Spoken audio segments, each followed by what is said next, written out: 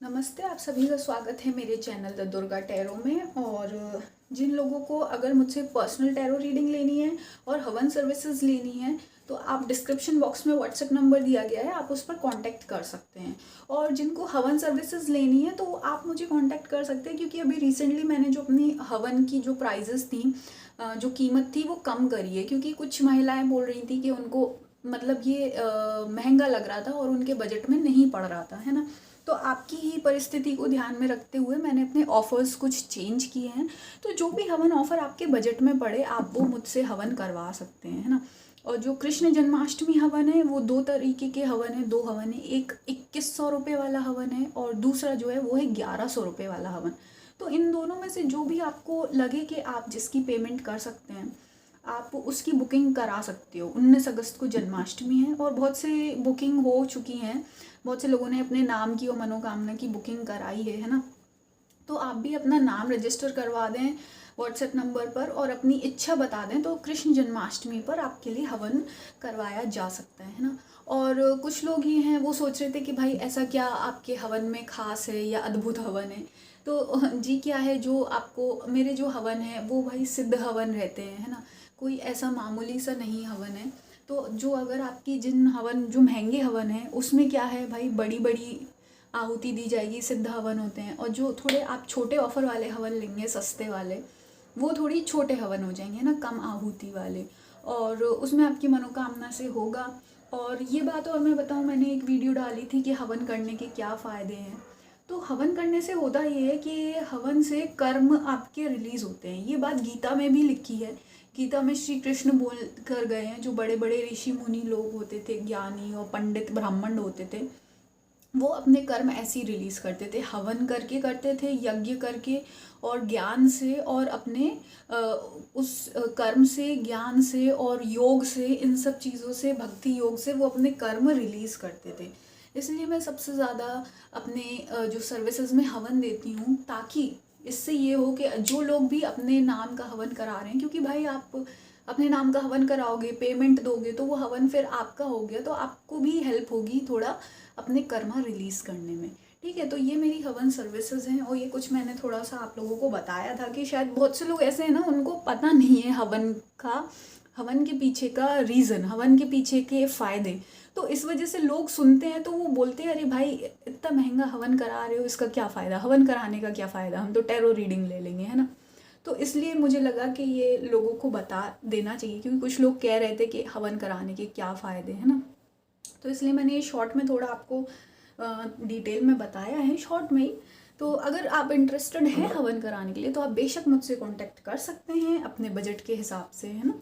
तो हम देखते हैं आज की वीडियो क्या है। आज की वीडियो है काली माँ का आपके लिए संदेश।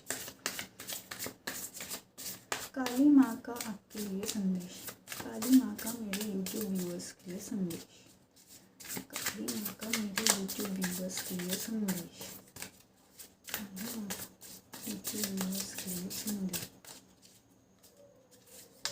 माँ का यूट्यूब व्यूअर्स के लिए संदेश।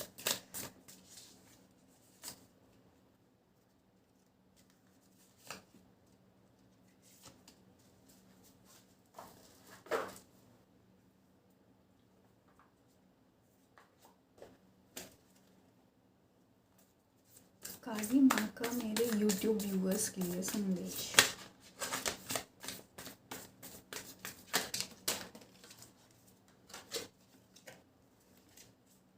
काली माँ का मेरे यूट्यूब व्यूअर्स के लिए संदेश,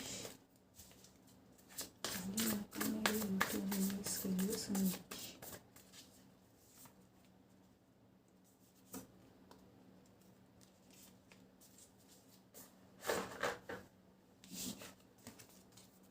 Six of Inspiration, Queen of Cups,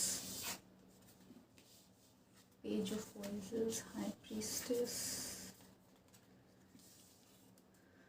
The Devil। चलिए, तो काली माँ आपसे ये कहना चाहती हैं, पहली बात तो जो लोग भी ये वीडियो देख रहे हैं या देख रही हैं, आप लोग बहुत ज़्यादा ही हाई वाइब्रेशनल लोग हैं और दूसरी बात, आप काली माँ को बहुत ज़्यादा पसंद भी हो। मुझे लगता है आप लोग जो भी ये वीडियो देख रहे हैं, आप बहुत ज़्यादा पूजा पाठ भी करते हैं। और अगर जैसे पूजा पाठ करते हैं, तो पूजा पाठ ना भी करते हो तो आप बहुत ज़्यादा पॉजिटिव से रहते हो, है ना, बहुत ज़्यादा शांत रहते हो एकदम, है ना। तो काली माँ आपसे कहना चाहती हैं कि आपने जो इमोशंस होते हैं ना, पहले आपके साथ ये था कि आप थोड़े बहुत ज़्यादा ओवर थिंकिंग करते थे। डेफिनेटली ये जो लोग भी वीडियो देख रहे हैं, पहले आप लोग बहुत ज़्यादा ओवर थिंकिंग करते थे और बहुत ज़्यादा इमोशनल इंसान थे। इमोशनल मतलब कि छोटी छोटी बात पे नाराज़ हो जाना, गुस्सा करना या रोना, ये जो अलग अलग जैसे एक नॉर्मल एक इंसान का स्वभाव होता है, वैसे थे आप। पर काली माँ आपसे कहना चाहती हैं कि अब आपने क्या किया है, अपने आप को बदल लिया है और आप एक मैच्योरिटी में आ चुके हो। मतलब अब आपको एक इमोशनल इंटेलिजेंस है और आपको समझ आता है कि आपको किस तरीके से सब चीज़ें भगवान पर छोड़नी है। पहले क्या है, आपके अंदर थोड़ा सा कंट्रोलिंग नेचर था, मतलब आपको ऐसा लगता था सब कुछ मेरे हिसाब से होना चाहिए और अगर कुछ गड़बड़ हो जाती थी तो अब भाई आप परेशान हो जाते थे, है ना।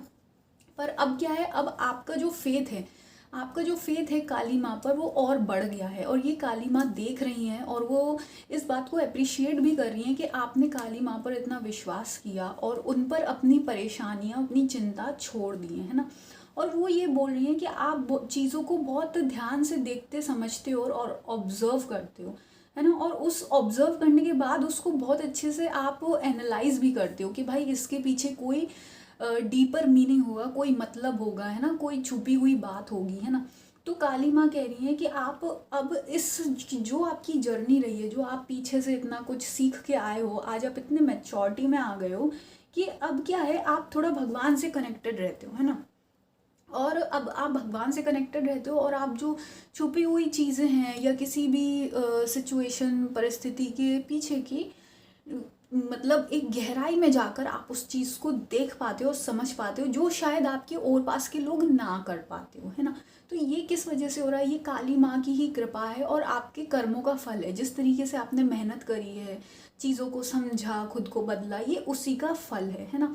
और माता रानी आपसे ये कहना चाहती हैं काली माँ कि इस वक्त जो आप बोलते हो, जो जिस तरीके से आप बोलते हो, वो उनको अच्छा लगता है काली माँ को। और माता रानी ये बोलना चाहती हैं कि वो कहीं ना कहीं एक डिवाइन एनर्जी है कि जो आप बात बोलते हो या समझाते हो किसी को या सुनते हो किसी की बात, तो जो आपकी स्पीकिंग क्वालिटी है, जो एक कम्युनिकेशन स्किल है, वो बहुत ही काली माँ को अच्छी लगती है। और वो ये बोलना चाहती हैं उसके थ्रू एक डिवाइन की एनर्जी है, आपकी बातों में एक डिवाइन की एनर्जी है।